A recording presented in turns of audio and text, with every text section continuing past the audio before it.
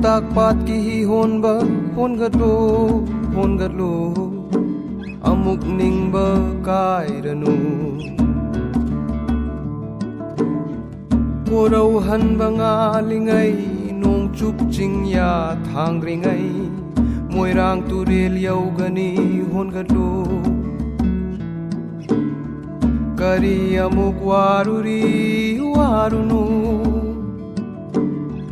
Karang ithat yaurakle thangga chingjau phanglani warunu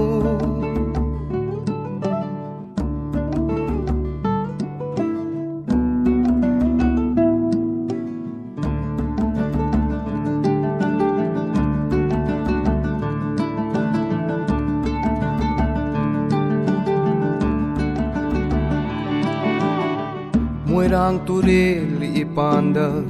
nungsi mai kai yengduna sanau mana ngairamni samu panggal akan ba nujana ting pangbigay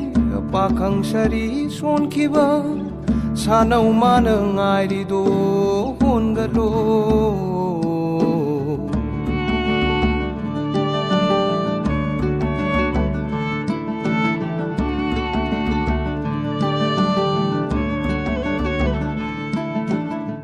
Ithing chingsa urakle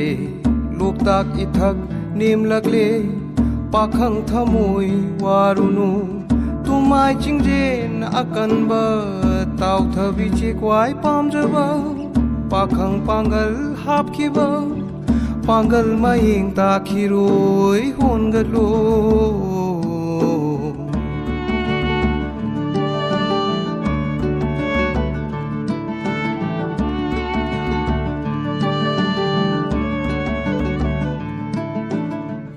Korau masek uringai amam mami tamdringai moirang khunjau yaugani ipan tamba ngamlani tairuk nakta yeptuna chingna tamna yenglamba